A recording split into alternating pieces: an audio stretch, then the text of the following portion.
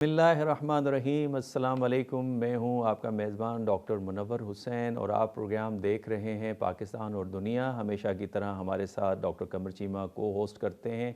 एक वक्फे की दूरी के बाद आपकी खिदमत में दोबारा हाज़िर हुआ हूं।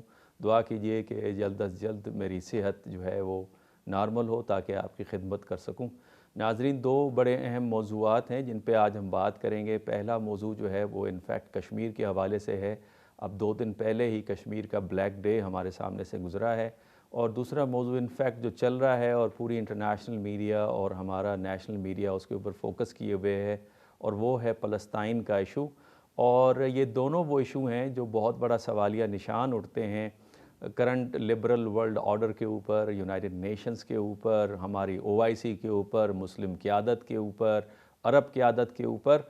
और सबसे बड़ा जो सवालिया निशान है वो इंसानियत के ऊपर है, चूँकि बैनुल-अक़वामी पूरा निज़ाम जो है वो इंसानियत की बुनियाद के ऊपर कायम है और इंसानियत जो है वो अक़दार पर मुश्तमिल होती है।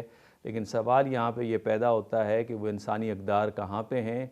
वो अमेरिका के जो फाउंडिंग फादर्स जिन्होंने कहा था कि we are making a city upon a hill, और ऐसी परफेक्ट सोसाइटी बनाएंगे कि दुनिया इसको एज अ मॉडल फॉलो करेगी।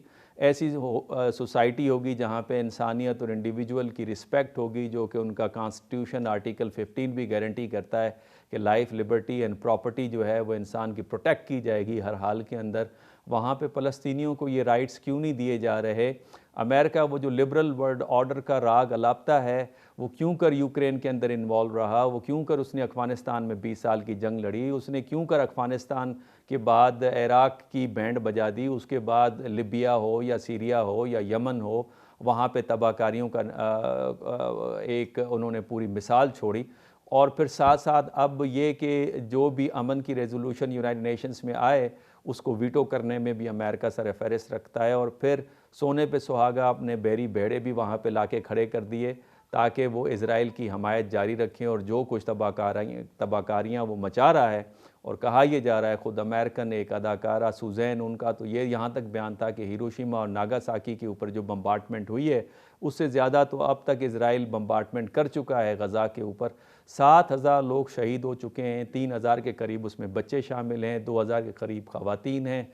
और क्या रोआ जाए, सब चीज़ें आपके सामने हैं, आप सोशल मीडिया के ऊपर देख रहे हैं। मैं समझता हूँ कि ये जो शिकस्त हो चुकी है, मैंने ये शुरू में ही कहा था, अमेरिकन और इज़राइल की शिकस्त हो चुकी है। कौन सा हमास का एक ऐसा टारगेट है जिन्होंने उसको अचीव किया है? इतने बड़ी भड़के मारी कि हम हमास को एलिमिनेट करके रख देंगे। उसकी जगह पे हम देखते हैं कि हमास तो एलिमिनेट नहीं हुई, उनकी बदला जो है वो मासूम बच्चे और सिविलियंस के साथ दिया जा रहा है, और फिर मुस्लिम ममालिक के ऊपर। उसके साथ साथ कश्मीर का मसला भी नाज़रीन हमारे सामने है। यूनाइटेड नेशन जिसका मकसद ये था, दूसरी जंग अज़ीम के बाद बहुत बड़ी कामयाबी गर्दानी जा रही थी कि यूनाइटेड नेशन आएगा तो दुनिया में अमन व अमान होगा, ओपन डिप्लोमेसी के ज़रिए से सीक्रेट डिप्लोमेसी को ख़त्म किया जाएगा, war as an instrument of foreign policy के तौर पे यूज़ नहीं किया जाएगा। लेकिन फिर हम देख रहे हैं कि कश्मीर का हशर भी उसी तरह है, कोई गज़ा से ज़्यादा मुख्तलिफ नहीं है। अगर 2.3 मिलियन लोगों का आतिश फ़िशां फट सकता है, और फिर वो जो विशियस सर्कल था जो इज़राइल ने कायम किया था, उसका ख़मियाज़ा उन्होंने ख़ुद भी भुगत रहे हैं और आगे भी भुगतेंगे। उसके साथ साथ उसी किस्म का विशियस सर्कल जो है, मुझे वो भारत का मुस्तकबिल भी नज़र आ रहा है कि जहाँ पे 8 मिलियन कश्मीरियों को आपने 7 से 9 लाख फोर्सेस, जिसमें पहला मिलिट्री फोर्सेस और पुलिस फोर्स भी शामिल है, उनको कश्मीरियों के ऊपर आपने किया हुआ है, और एक ओपन जेल का जो एक मंज़र है वो पेश हो रही है। इस हवाले से बात करने के लिए हमारे साथ डॉक्टर कमर चीमा भी हैं, हमारे साथ डॉक्टर वलीद रसूल भी हैं, हमारे साथ स्टूडियो के अंदर एक और मेहमान भी हैं।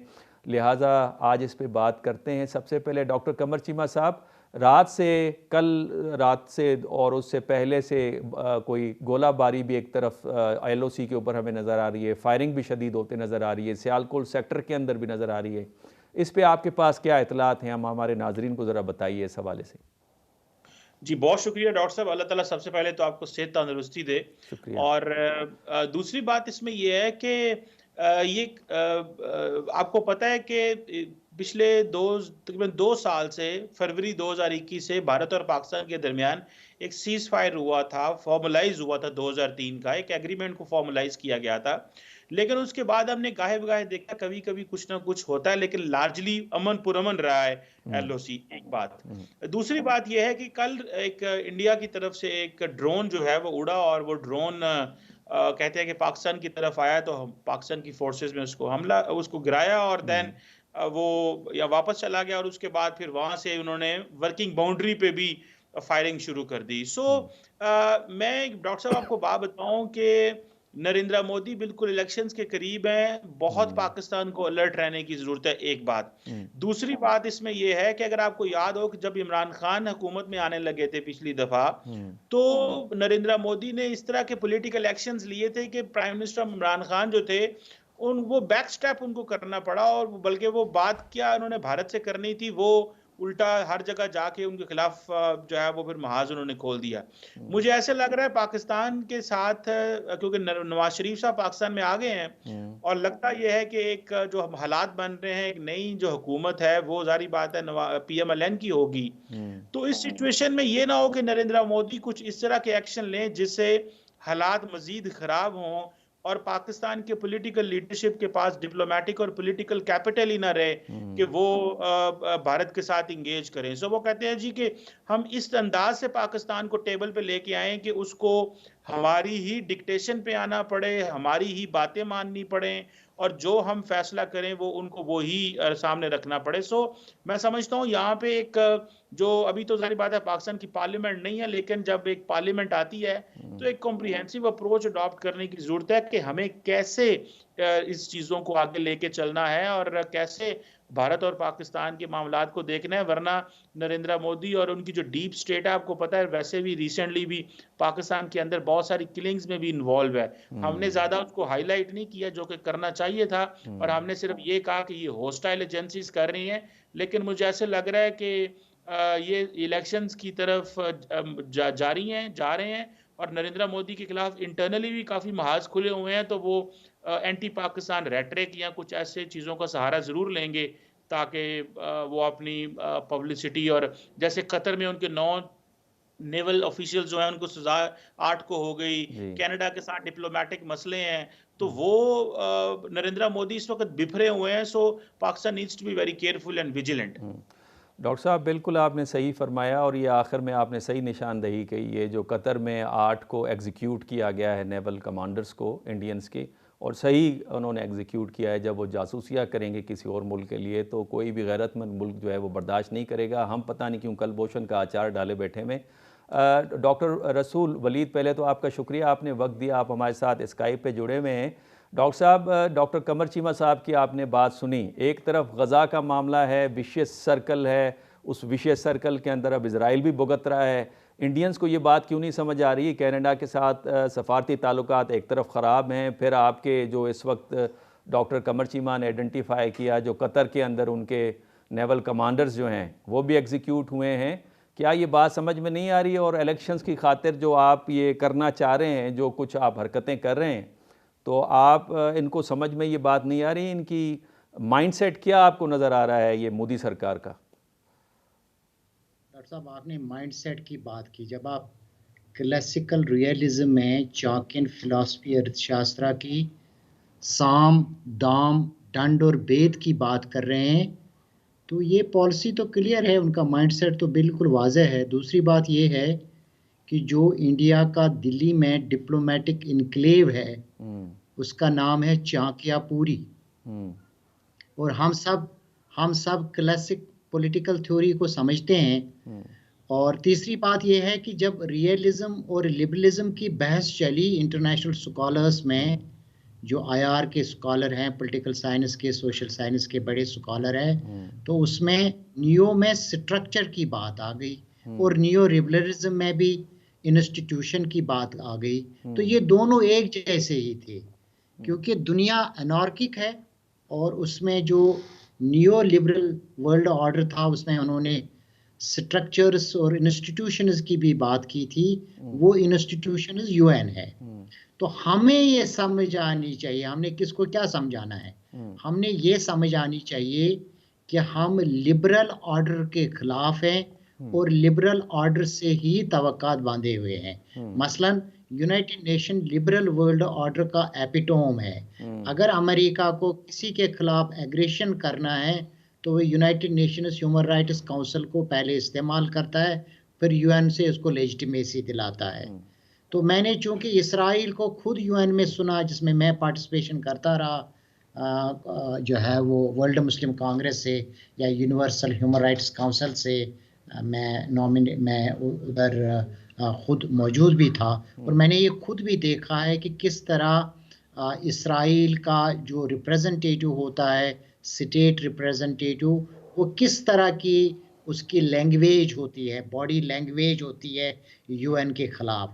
हालांकि कितनी दफ़ा जो है वो प्रेसिडेंट ने उनकी माइक बंद कर दी और फिर ये भी कहा कि भाई आप जो वल्गर लैंग्वेज इस्तेमाल कर रहे हैं। तो फिर हम उसी फिलोसफिकल साइंटिफिक मॉड्यूल पे आते हैं कि जो रियलिस्टिक ऑर्डर है, और ये रियलिस्टिक ऑर्डर मसलन गजा में फ़लस्तीन के खिलाफ फ़ौरन उन्होंने अपनी वॉरशिप्स को मूव किया अगेंस्ट गाजा। हालांकि गाजा है कितना, 7.5 किलोमीटर इसकी ब्रेडथ है, 41 किलोमीटर लेंथ है।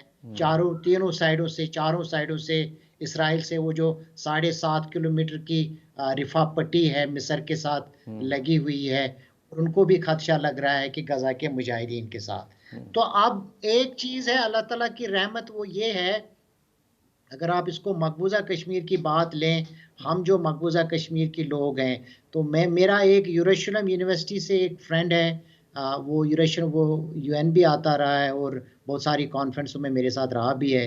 तो मैंने उसको परसों टेक्स्ट किया, मैंने कहा क्या सिचुएशन है आप। मैंने उसको ये लिखा कि मैं ये देख रहा हूँ कि एग्रेसर जो था वो एग्रेसिड हो गया, और जो एग्रेसिड था उसको मीडिया ने एग्रेसर बनाया और आपको वाइप आउट करने। उस बेचारे ने कहा सिर्फ मेरे लिए दुआ करें। अच्छा, मसला ये है कि पाकिस्तान, उसने मुझे कहा कि आप खुशकिस्मत है कि पाकिस्तान, इजिप्ट पाकिस्तान नहीं है, इजिप्ट सीरिया नहीं है, इजिप्ट जॉर्डन नहीं है, इजिप्ट और जो है वो सऊदी अरबिया नहीं है, कि रब ताला ने आपको एक स्ट्रेटेजिक पावर दी है और उसमें वो सकत है कि आपके खिलाफ इंडिया उस लेवल की एग्रेशन नहीं कर सका।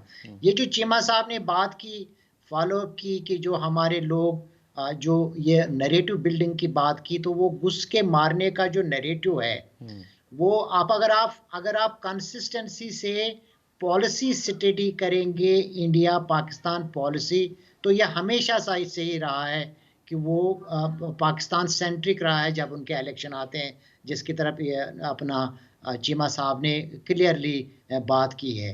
लेकिन अगर आप इसको रियलिस्टिक प्रिज्म में चीज़ों को देखेंगे तो हर एक पावर यही कर रहा है, वो चीज़ों को उस नहज तक ले आता है और दूसरों को कमज़ोर समझता है। और अब हमारे लिए इसमें बहुत बड़ा लेसन है कि हमें अंदरूनी तौर जो डोमेस्टिकली है, स्कॉलर्स का काम जो है, जो डोमेस्टिकली वो इंटरनल वार में जो हमारी फॉल्ट लाइन्स है, जो हमारे जो है वो ग्रे एरियाज है, उनको हम प्लग करने के लिए इंडिविजुअल लेवल में क्या करें। बिल्कुल डॉक्टर साहब, तीसरी और आखिरी बात, अगर मैं आप आपकी बात को आगे लेके चलता हूँ। स्टूडियो में हमारे साथ फराज नकवी भी मौजूद हैं, यंग प्रॉमिसिंग स्कॉलर हैं, IRS के साथ इनका ताल्लुक़ है। फराज, आपने गुफ्तगू सुनी, डॉक्टर वलीद की भी सुनी, डॉक्टर कमर चीमा की भी सुनी।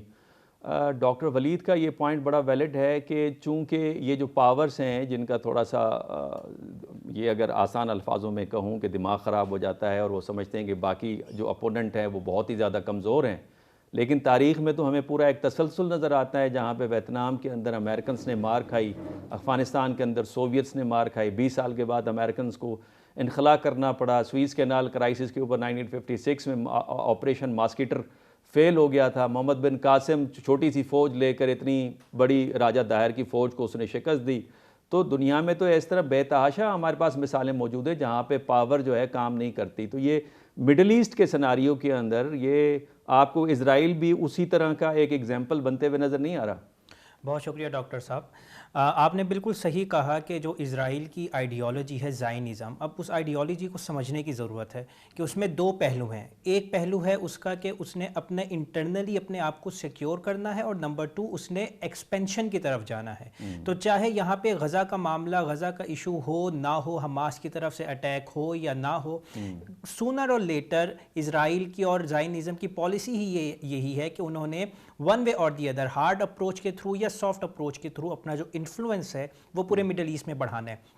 यही हमने देखा कि अगर आप देखें कैंप डेविड अकॉर्ड हुआ, जिसमें कहा गया कि हम इजिप्ट के साथ, इज़राइल इजिप्ट के साथ जो है वो अमन मुआहिदा करेगा और फ़लस्तीनियों को उनके हकूक़ देगा, लेकिन वो कामयाब नहीं हो पाया। फिर हमने ऑस्लो अकॉर्ड देखा मिड 1990s में, लेकिन उसके बावजूद भी कोई फ़लस्तीनियों का कोई हल नहीं निकल पाया, और अभी हमने अब्राहम अकॉर्ड देखा। तो इस किस्म के आप आगे भी देखेंगे कि सूनर और लेटर मज़ीद अकॉर्ड्स होंगे इज़राइल की तरफ से, चाहे वो मुस्लिम उम्मा से रिलेटेड हो, मिडल ईस्ट से रिलेटेड हो, या ग्लोबल पॉलिटिक्स में हो। और हर अकॉर्ड के बाद ये इस बात की यकीन दहानी करवाई जाएगी कि फ़लस्तीनियों का मामला हल किया जाएगा। और हम तो हमेशा डिफेंसिव साइड पे रहे हैं, असल में ये फ़लस्तीनियों के जो मिलिटेंट्स ग्रुप हैं, as per they're saying Hamas और इस्लामिक जिहाद, ये वहाँ पे एग्रेसर्स हैं और ये हम पे अटैक करते हैं, तो हमने अपनी सिविलियंस पॉपुलेशन को बचाने के लिए रिटेलिएट करना पड़ रहा है। तो आप ये देखेंगे। सरफराज, यहाँ पे एक छोटी सी ब्रेक लेते हैं। नाज़रीन, जैसे ब्रेक से वापस आएंगे तो सरफराज साहब से इनकी बात मुकम्मल करवाएंगे, लेकिन अहम सवाल वहीं उठता है कि अगर तो माजी में जितने मुआहदे भी हुए, अगर वो फुलफ़िल नहीं हुए या उन्हें कामयाबी से इम्प्लीमेंट नहीं किया गया, तो नतीजा तो हमारे सामने। तो मुस्तकबिल में अगर दोबारा मुआहदा होता है और फिर वो इसी तरह से उसकी भी फ्यूचर होता है जिस तरह से बाकी मुआहदों का हुआ है, तो मैं समझता हूँ उसके नताइज तो और ज़्यादा भयानक होंगे। लेकिन यहाँ पे लेते हैं एक छोटा सा वक्त। कम बैक नाजरीन, वक्फे से पहले फराज नकवी साहब बड़ी तफसील के साथ बता रहे थे कि इज़राइल का जो पर्पज़ है वो ये कि कंटिन्यूसली उन्होंने एक्सपेंशन करनी है और प्ली ये लेनी है कि हम डिफेंसिव साइड पे हैं, अपनी डिफेंस के लिए जो कुछ कर रहे हैं वो कर रहे हैं। जी सर फराज, आप फरमा रहे थे, लेकिन यूनाइटेड नेशंस और बहुत सारी अक़वाम ने तो ये कहना शुरू कर दिया है कि नेतन्याहू की जो गवर्नमेंट है वो तो इंटरनेशनल लॉ की इस वक्त धज्जियाँ उड़ा रही है और क्रिमिनल कोर्ट के अंदर केस चलना चाहिए, ये तो जंगी जराइम है। जी, आपने इस बारे में बिल्कुल सही निशानदेही की, लेकिन जो ग्लोबल स्ट्रक्चर है वो इस किस्म का है कि जो जितने भी वेस्टर्न और यूरोपियन स्टेट्स हैं और बहुत ज़्यादा जो एशियन स्टेट्स भी हैं वो इजराइल की फेवर में हैं। जो डिस्क्रिपेंसी हमें नज़र आ रही है वो सोसाइटल लेवल पे आ रही है। नहीं, एशियन में मिसाल के तौर पे जापान के अलावा आपको कौन नज़र आ रहा है? साउथ कोरिया तो खुल के मैं नहीं समझ के आया। जॉर्डन खैर टेसिटली सपोर्ट तो कर रहा है जब रास्ता देता है अमेरिकन को कि हथियार यहाँ से तरसील करवाएं इजराइल के लिए। देखें, इसमें एक तो अगर मैं सबसे बेस्ट एग्जांपल दूं तो वो तो हमारा नेक्स्ट डोर नेबर है इंडिया। अब इंडिया ने for the very first time Israel की खुल के हिमायत की है। हालांकि इंडिया इस बारे में बहुत ज़्यादा कॉन्शियस रहा है माजी में कि वो अरब और इजराइल के दरमियान एक बैलेंस्ड अप्रोच के साथ चले, लेकिन ये पहली दफ़ा हुआ है कि इंडिया ने बहुत खुल के इजराइल की हिमायत की है और फ़लस्तीनियों को और हमास को एग्रेसर के तौर पर कहा गया। और जो अरब ममालिक हैं उनमें भी आप देखें कि जो मुजम्मती बयानात हैं वो हॉस्पिटल के अटैक के बाद आना शुरू हुए हैं। उससे पहले उन्होंने इस बात को तरवीज दी है कि दोनों तरफ से जो वायलेंस है और जो ऑफेंसिस है उनको डी एस्केलेट किया जाए। अब यानी कि वो फ़लस्तीनियों की तरफ से भी वायलेंस ही का लफ्ज़ यूज़ कर रहे हैं अगर वो इजराइल की तरफ से कर रहे हैं, तो वहाँ पे भी आपको एक बैलेंस्ड अप्रोच नज़र आती है कि इजराइल को खुल के उसकी मजम्मत नहीं की गई जब तक कि ये हॉस्पिटल में अटैक का मामला नहीं हो पाया। डॉक्टर कमर चीमा साहब, ये फराज ने बड़ा इंपॉर्टेंट पॉइंट रेज़ किया कि इंडिया के अंदर जो कि उसका ट्रेडिशनल जो स्टांस हमें नज़र आता था वो तो फ़लस्तीनियंस के हक़ में नज़र आता था, लेकिन मोदी सरकार ने पूरा वेट जो है वो इजराइल के हक़ में डाल दिया। हालांकि इंडिया के अंदर अब डेमोन्स्ट्रेशंस होना शुरू हो गई हैं और लोग इंडिविजुअली भी और कलेक्टिवली भी एक आवाज़ बन रही है इस हवाले से। तो इस पे आप क्या कहेंगे? और फिर उसके साथ साथ अगर आप डॉक्टर रसूल वली से कोई सवाल भी करना चाहें डॉक्टर साहब।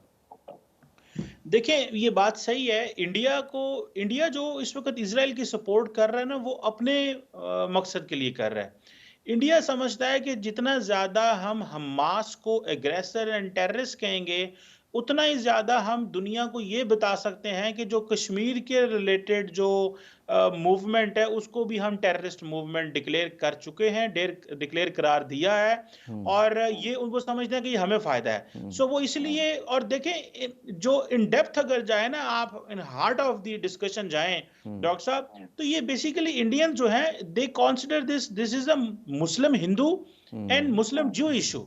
This is not, they believe कि ये इजराइल पैलेस्टाइन नहीं है, ये पाकिस्तान इंडिया नहीं है, ये बेसिकली एक मुस्लिम हिंदू इशू है, एक मुस्लिम ज्यू इशू है, और वो इसको इसी तरह ही वेस्ट के साथ, और देखें उनको फायदा ये है कि वो इस वक्त अमेरिका के साथ अलाइन है, सारे वेस्ट के साथ अलाइन है। इजराइल, देखें एक वक्त था कि इंडिया डरता था इजराइल से ताल्लुकात को नॉर्मलाइज करने में, अगर रिकग्नाइज कर लिया है तो एम्बेसीज नहीं खोली, फिर नरेंद्र मोदी गए, चीजों को मैनेज किया। सो इंडिया के अंदर जो मुस्लिम पॉपुलेशन थी उससे इंडियंस बड़ा डरते थे कि अगर हमने इजराइल से नॉर्मलाइजेशन की तो क्या होगा। मेरा ख्याल है कि मुसलमानों ने भी अपना बहुत वक्त जाया किया और गैर जरूरी डराने की पॉलिसी अडॉप्ट करते रहे, और इस दौरान कोई सोल्यूशन नहीं निकल सका इन कॉन्फ्लिक्ट इश्यूज का। तो अब जो गवर्नमेंट्स हैं वो एक और एंगल से चीजों को सोच रही हैं। सो इंडिया इसलिए हमास के अगेंस्ट और उसको टेररिस्ट कह रहा है, ताकि कल को जब कश्मीर में अगर कोई स्ट्रगल शुरू होती है तो हम दुनिया से सपोर्ट ले सकें कि जी ये टेररिस्ट हैं, ये फ्रीडम फाइटर नहीं है, ये बात। दूसरी बात जो है वो इस हवाले से इंडिया का तो जो हमें हमारे सामने एक पर्सपेक्टिव आ रहा है वो एक बड़ा खुला है, और वो समझते हैं कि हमें अगर इंडियन मीडिया को आप देखें वो सीधा हमास दहशतगर्द, हमास विदाउट नोइंग के पीछे प्रीटेक्स्ट क्या है, हालात क्या है, हो क्या रहा है, लेकिन वो एक सपोर्ट दे रहे हैं, और इवन के वो वहाँ पे ह्यूमैनिटेरियन सपोर्ट भी पहुंचाने के हक में नहीं है। गो कि उन्होंने गजा को एड जरूर भेजी है, लेकिन वो कोई इतना लंबा चौड़ा किसी को, इजराइल को ये नहीं कह रहे कि आप ह्यूमैनिटेरियन सपोर्ट पहुंचाएं। डॉक्टर साहब से मैं ये सवाल करना चाहता हूँ, डॉक्टर साहब चीजें बड़ी एक्सपोज हो गई हैं, अगर आप देखें हर तरफ पता चल रहा है कि फलस्तीन में का कुछ नहीं होने वाला, कश्मीर का कुछ नहीं होने वाला। इस मौके के ऊपर हुकूमतों की क्या जिम्मेदारी रह जाती है कि वो अपनी आवाम को क्या डायरेक्शन दें? दुनिया में जो सोल्यूशन नजर आता है वो तो सिर्फ मिलिट्री नजर आता है, पॉलिटिकल और डिप्लोमेटिक सोल्यूशन तो बातें ही हैं। तो आप इसको कैसे देखते हैं? डॉक्टर साहब, एक चीज़ पहले ये है कि जब आप इंडियन पॉलिटिक्स से मोदी पॉलिसी को तजिया करते हैं तो आपने एक चीज़ उसमें इजाफा करना है, क्योंकि ये अगेंस्ट मुस्लिम माइनॉरिटी के ख़िलाफ़ कोई भी इशू उठाना वो उसको कमिंग पॉलिटिक्स में सूट करता है। और इंडियन पॉलिटिक्स का जो मैकेनिज़्म रहा है पिछले 2014 का इलेक्शन और 2018 के इलेक्शन के बाद, वो ये रहा है कि मेजॉरिटी को ये बताया गया है कि आपने माइनॉरिटी जो है मुसलमानों के ख़िलाफ़ जाना है, ये हमारे रूलर रहे हैं, नंबर एक। नंबर दो, उन्होंने सिस्टमेटिकली मुसलमानों को वहाँ जो इकोनॉमिक पॉलिसी थी उस पर असॉल्ट किया, और जो मुसलमान वहाँ, ख़ासकर वो मुसलमान जो गुजरात में था, ये कॉन्स्टिट्यूंसी रही मोदी की, केरला में और नॉर्थ ईस्ट की पट्टी में, तो जो ब्लू इकोनॉमी के साथ कनेक्टेड था। ये एब्सोल्युटली, इसको हम कहते हैं मीडिया साइंस की 3 थ्योरीज है, फ्रेमिंग और एजेंडा सेटिंग। एजेंडा सेटिंग कहती है कि नॉट ओनली व्हाट टू से बट व्हाट अबाउट टू से, आप उसमें एक फ्रेम फिट करते हैं। तो जब आप मकबूजा कश्मीर की बात कर रहे हैं, आप कहते हैं कि मिलिट्री सोल्यूशन है। अच्छा, इसमें एक इशू आ जाता है कि ये जो हुर्रियत होती है या मज़ाहमती तहरीकें होती हैं, जिस तरह हमास की है और हम इंडिया के ख़िलाफ़ लड़ रहे हैं, इसमें एक चीज़ बड़ी मुश्तरका है, वो बिल्कुल कॉमन है, और वो सारी तहरीकों के साथ उसकी स्ट्रॉन्ग रिलेशनशिप है। वो ये है कि जब भी तहरीक कोई उठती है हमेशा पावरफुल के ख़िलाफ़ उठती है, ये कोई नई बात दुनिया में नहीं है। दूसरा, ये जो पावरफुल है, ये जो इंडिया है अगेंस्ट कश्मीर, उसने अपनी मिलिट्री माइट को इस्तेमाल करना है, ये भी अंडरस्टूड है। तीसरा, अब इसमें ये जो मजलूम होता है, जिस तरह गज़ा में मुजाहिदीन जो हुर्रियत पसंद है, ये जो आप कह रहे हैं टेररिस्ट कहना या उनको वायलेंस पे कहना, ये भी कोई नई बात नहीं है। जब इंडिया की तहरीक आज़ादी लड़ी जा रही थी तो जो देवबंद के उलमा थे, जो मंगल पांडे थे, जो भगत सिंह थे, इन सबको कॉलोनियल ब्रिटिश ने टेररिस्ट करार दिया। यह कोई नई पॉलिसी दुनिया में नहीं है। हाँ, इसमें फ्यूल कहाँ पड़ा? फ्यूल पड़ा मीडिया के वाइब्रेंट होने से। अब अगर अब मेरे पास जो कॉन्स्टिट्यूएंसी है उसमें अगर आप मेरी तहरीक आज़ादी को 4 मेजर कंपोनेंट्स में डिवाइड करेंगे, एक तो होती है कि जो इंडिजिनस स्ट्रगल है उसमें वो जो सन ऑफ सॉइल है उसकी स्ट्रगल, उसमें कभी कोई कमी नहीं आई है। ये जो इस वक्त आप स्टेट्स को देख रहे हैं, स्टॉलमेट देख रहे हैं या स्टोनी साइलेंस है 5 अगस्त के बाद, ये 2016 से पहले 2012 से 2016 तक भी हुआ था। जब बुरहान वानी शहीद हुआ तो ये रप्ट होता है। यही एग्जैक्टली रिलेशनशिप आप बना लें गाज़ा की। गाज़ा के बारे में एक नोशन बन गया था कि अरब जो है इकार्ड कर रहे हैं, इब्राहिमी इकार्ड, उसमें एक अरब शामिल है, दूसरा अरब अब अमेरिका के साथ मिल गए हैं और वो हमास की तहरीक को कमज़ोर कर रहे हैं। अच्छा, इसमें जो प्रेसिपिटेटिंग स्टेज आ जाता है वो इस तरह आ जाता है कि जब आप उन फोर्सेस को, उन कुव्वतों को जो असल जो है वो असल इंडिजिनस फोर्सेस होते हैं, इंडिजिनस ताकतें होती हैं जो आज़ादी की तहरीक जिनके हाथ में आज़ादी की तहरीक हो, आप उसको एक्सटर्नली जो है वो कंट्रोल करने की कोशिश करते हैं। जिस तरह कुछ कुव्वतों ने ये कहना शुरू किया था, अरबों ने, कि भाई अब तो वो ख़त्म है, अब तो वो सेटलर कॉलोनियलिज्म बन गया है और ये अब ख़त्म है। और तीसरा ये जो डॉक्टर साहब ने बात की है, एक्सपेंशनिज्म हर किसी मुल्क की ज़रूरत होती है। उसके 3 डायनेमिक्स है। एक, जब आप एक्सपेंड कर रहे हैं तो आपके जो इंटरनल फॉल्ट लाइन्स होती है, इंटरनल डिविजन्स होते हैं, वो कंट्रोल होती है। और नेतन्याहू की जो आप प्रॉब्लम देखें, Netanyahu was the hot water, ये उसकी अपनी रिक्वायरमेंट भी थी। तो अगर आप टाइमिंग देखें, वो टाइमिंग ये थी कि नेतन्याहू पे इंटरनली बहुत बड़ा प्रेशर था, तो आप एक महाज खोलते हैं। फिर आपको अगर अब आप इसको आप बहुत ही जो है वो बारीक बीनी से इसको आप ज़रा स्टडी करें। अब जो मज़ाहमती कुव्वतों के दो फेजेस होते हैं। एक वो कॉन्स्टिट्यूएंसी होती है जो इंटेलेक्चुअल कॉन्स्टिट्यूएंसी जो आप मौजूद होती है, दूसरा इमोशनल कॉन्स्टिट्यूएंसी होती है। अक्सर जो प्रॉम्प्ट करता है वो इमोशनल कॉन्स्टिट्यूएंसी करता है और जो इमोशनल थिंग्स है वो उनको प्रेसिपिटेट करवाता है। लेकिन जो इंटेलेक्चुअल क्लास होता है उस हुर्रियत पसंदों में, वो ये सोचता है कि मेरे पास जो मज़ाहमती कुव्वत है उसका क्या क्वांटम है उस पॉपुलेशन के खिलाफ और मैंने कैसे इसको यूटिलाइज करना है। डॉक्टर साहब, तो ये आप बड़ी तफसील के साथ ये चीज़ें मुझे बता रहे हैं, लेकिन जो शुरू में जब आपने बात शुरू की थी तो आपने रियलिस्ट पैराडाइम को उठाया। मुझे काइंडली ये बताइएगा कि इस वक्त जो रेजिस्टेंस मूवमेंट आपको फ़लस्तीन के अंदर नज़र आ रही है, एग्जैक्टली उन्होंने वही मॉडल अडॉप्ट किया हुआ है जो वेतकांग ने अडॉप्ट किया हुआ था, सुरंगें खोद के। वो तो कोई तकरीबन 120 किलोमीटर की कोई सुरंगें थी जिसके अंदर हॉस्पिटल्स भी थे, किचन भी थे, उसके अंदर छोटी मोटी वेपन बनाने की फैक्ट्रीज़ भी थी।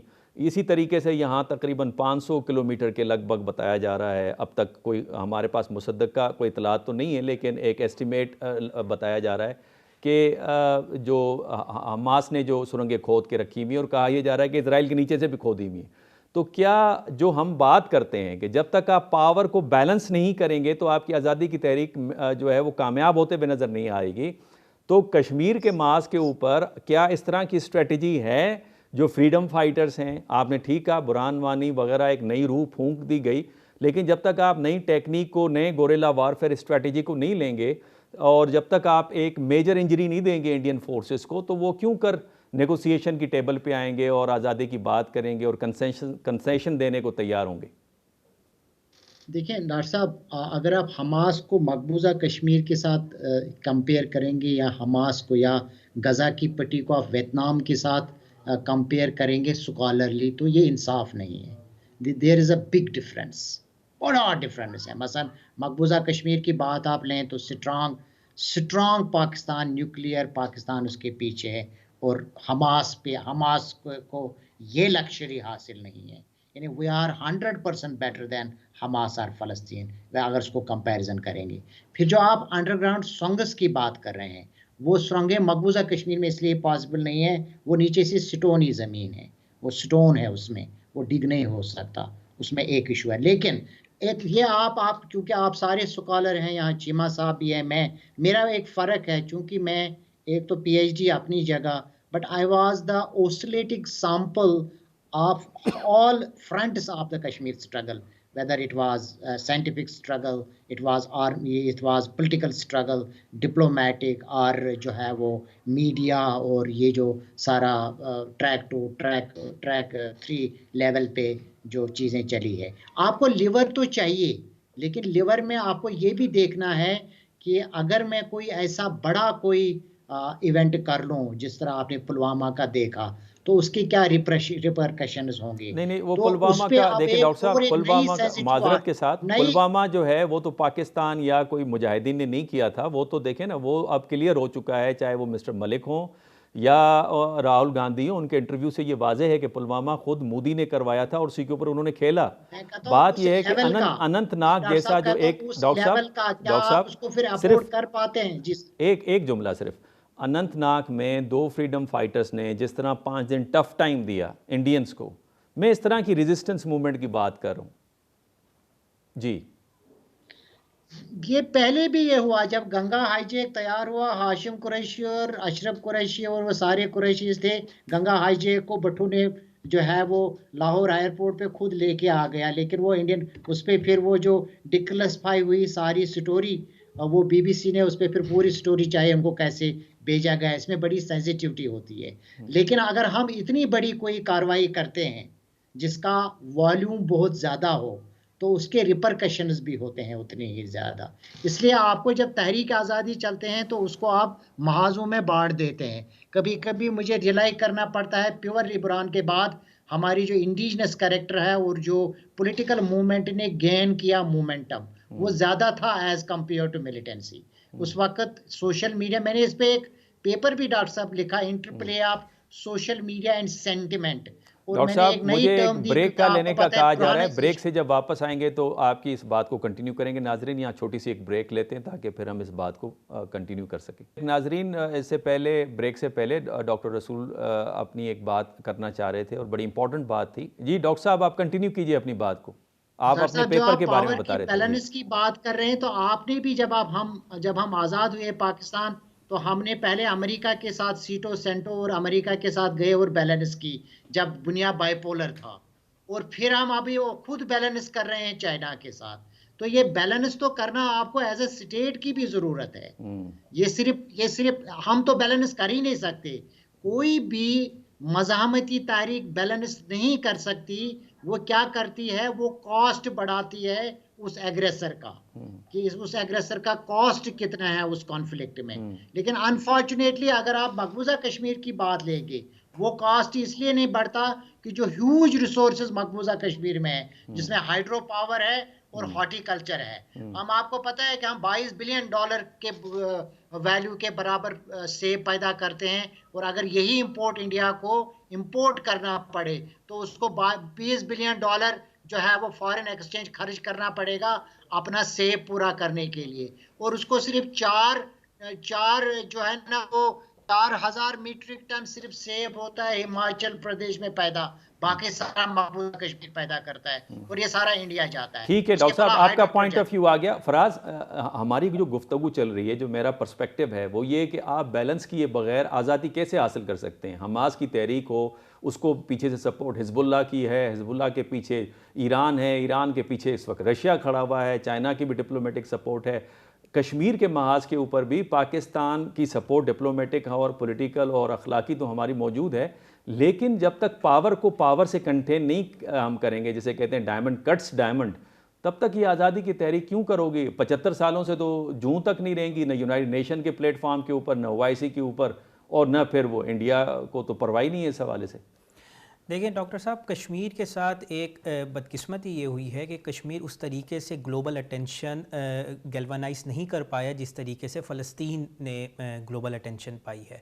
आप ये देखें कि अगरचे अभी हमने बात कर रहे थे कि अरब स्टेट्स भी इतना ज़्यादा फ़लस्तीन की हिमायत में नहीं बोल रहे, लेकिन बहुत सी जो अरब स्टेट्स हैं और जो EU है और बाकी जो दुनिया है, वहाँ पे ह्यूमैनिटेरियन एड बहरहाल पहुँचाई जा रही है। लेकिन क्या आप ये इमेजिन कर सकते हैं कि कल को अगस्त 5 2019 के बाद जब कर्फ्यू की किसी सूरत हाल हो गई मकबूजा कश्मीर में और इंडियन मिलिट्री फोर्सेस की वहाँ पे डिप्लॉयमेंट इंक्रीज़ हो गई, क्या वहाँ पे किसी बैनुल अक़वामी इदारे की तरफ से, किसी मुस्लिम दुनिया की रियासत के हवाले से या बाकी यूरोपीय यूनियन की ह्यूमैनिटेरियन एड क्या वहाँ तक पहुँची? नहीं पहुँची। मसला ये है कि जो फ़लस्तीन का मामला है उसमें आपका डायरेक्ट वेस्ट इन्वॉल्व है जो कि एक मेजर पोल है, और दूसरा आपकी पूरी मुस्लिम दुनिया और अरब दुनिया मौजूद है, क्योंकि जो पूरी मुस्लिम दुनिया का जो कोर है वो आपका मिडल ईस्ट है, वो आपका अरब वर्ल्ड है। कश्मीर एक सॉर्ट ऑफ पेरीफेरी के एरिया में आता है, जिसकी वजह से वो इतनी ज़्यादा सपोर्ट और इतनी ज़्यादा अटेंशन को नहीं कर पाया। दूसरी बदकिस्मती ये हुई है कि जो कश्मीर का मामला है वो इंडिया के साथ मुंसलिक हुआ हुआ है, और इंडिया इस वक्त वेस्ट के लिए बहुत बड़ी ज़रूरत बन गया है चाइना के राइस को कंटेन करने के लिए, और साथ ही साथ जो इकोनॉमिक अपॉर्चुनिटीज इंडिया प्रोवाइड करता है वो कोई और मुल्क उस रीजन में प्रोवाइड नहीं कर पा रहा। लेकिन अब इंडिया तो कभी भी चाइना को कंटेन न कर पाया है न कर पाएगा, वो तो मुझे नज़र ही नहीं आ रहा। वो तो खुद वेस्ट के अंदर भी नैरेटिव अब बनना शुरू हो गया है। लेकिन बात यह है कि अगर ये इश्यूज़ रहते हैं तो क्या लिबरल वर्ल्ड ऑर्डर रहता है? लिबरल वर्ल्ड ऑर्डर में पहले तो ये कहता था कि अमेरिकन स्ट्रेटेजिक पार्टनर, चाहे वो इंडिया है या इजराइल है, वो उसको रैपअप कर रहे हैं, लेकिन खुद अब अमेरिका रैपअप कर रहा है जब 2 बैरी बेड़े जाके खड़ी कर दी हैं उसने, और इजराइल को खुली छूट दी हुई कि आपने बम्बार्टमेंट करने, बच्चे मारने हैं, औरतें मारनी हैं, बूढ़ों को मारना है, घर गिराना है, हॉस्पिटल्स गिराने हैं, आप बर्बादी फेर दें। तो वो जो चाइना का जो इमेज है पॉजिटिव, वो तो खुद ब खुद बढ़ रहा है एज अ पीस ब्रोकर के तौर पर, उसका तो असर और रसूख बढ़ रहा है। अमेरिका का लिबरल वर्ल्ड ऑर्डर तो मैं समझता हूँ ख़त्म हो चुका है, वो तो अब उसकी कोई हैसियत और अहमियत रही नहीं है। अब तो यूनाइटेड नेशन के जनरल सेक्रेटरी से इस्तीफ़ा मांग रहा है इजराइल के, आप इस्तीफ़ा दें, आप क्यों बात करते हैं फ़लस्तीन के हक़ में? बिल्कुल ऐसे ही है। देखें 1991 में जब कोल्ड वॉर एंड हुई तो हमने देखा कि एक नई रिसर्च डेवलप हुई, एंड ऑफ हिस्ट्री, और उसका जो मेन मकसद था वो यही था कि अब जो लिबरल वर्ल्ड ऑर्डर है वो पूरी दुनिया में सस्टेन करेगा। जिन साहब ने ये थ्योरी पेश की थी 2017-18 में, उन्होंने अपनी थ्योरी को ही रिजेक्ट कर दिया कि I was wrong there. I am talking about Francis Fukuyama. तो वो तो इस बात की रियलाइजेशन बहुत से ये इंटेलेक्चुअल सोसाइटी और बाकी उसमें है कि लिबरल वर्ल्ड ऑर्डर इस वक्त सस्टेन नहीं कर पा रहा, लेकिन लिबरल वर्ल्ड ऑर्डर के साथ साथ this is just an excuse to sustain the hegemony और the role of policeman of the US. उससे वापस हटना वो बहुत ज़्यादा मुश्किल है, क्योंकि अगर मैं एक छोटी सी मिसाल दूं, we are not afraid of American economy. जो anti American sentiments middle east में और मुस्लिम दुनिया में फैल रहा है वो यूएस की इकोनॉमिक माइट को देख के नहीं हो रहा, वो यूएस की मिलिट्री माइट को देख के हो रहा है। तो यूएस अपनी उस हेजेमोनी को बरकरार रखने के लिए अपनी मिलिट्री माइट को रिसीट नहीं करेगा, और हर मुमकिन वो पॉलिसी अपनाएगा कि जिसकी वजह से उसकी जो मिलिट्री माइट है वो सस्टेन कर पाए। मेरे नज़र में मिलिट्री माइट भी उसकी नहीं रही है, जो आयरन ड्रोम सिस्टम फिशा होकर रह गया है, और दूसरा इकनॉमिक माइट तो खैर रही नहीं है। 33 ट्रिलियन डॉलर्स की इस वक्त मकरूज़ है, और ये खुद जो कर्नल डगलस हैं उन्होंने भी अपना तज़िया दिया है कि अमेरिका अगर वॉर की तरफ जाता है और एस्केलेट करता है, जो कि उनका इरादा है, जो कि वाशिंगटन में इस तरह से बातें सुनने में आ रही हैं कि शायद ईरान के ऊपर अटैक करेंगे, तो उनका ख्याल है कि ये रीजन तक महदूद रहेगा। नहीं, मैं समझता हूँ कि रशियन इसमें इन्वॉल्वमेंट होगी, और बहुत बड़े पैमाने पे मैं समझता हूँ ये अमेरिका का सफाया होने लगा है in terms of influence. Doctor Qamar Cheema साहब, हमारे पास आखिरी लम्हात हैं, पाकिस्तान की क्या पॉलिसी होनी चाहिए? ये जो सारी सिचुएशन है, चाहे एक तरफ कश्मीर है, दूसरी तरफ जो है फ़लस्तीन का इशू है, हालांकि हमारे आर्मी चीफ ने कहा था कि ये फ़लस्तीनियों का जो जबरी इनखला है वो इंसानियत के ख़िलाफ़ एक जराइम के तौर पे लिया जाना चाहिए, लेकिन पाकिस्तान की वैसे फ़ॉरेन पॉलिसी हमारे पास क्या ऑप्शंस अवेलेबल हैं? देखिए डॉक्टर साहब, जो पाकिस्तान की जो खर्चा पॉलिसी है, यहाँ पॉलिसी ऑन फ़लस्तीन जो है वो यही है कि हमारे जितने स्टेक होल्डर्स हैं वो अपने डोमेस्टिक ऑडियंस के लिए बोल रहे हैं, एक बात लार्जली।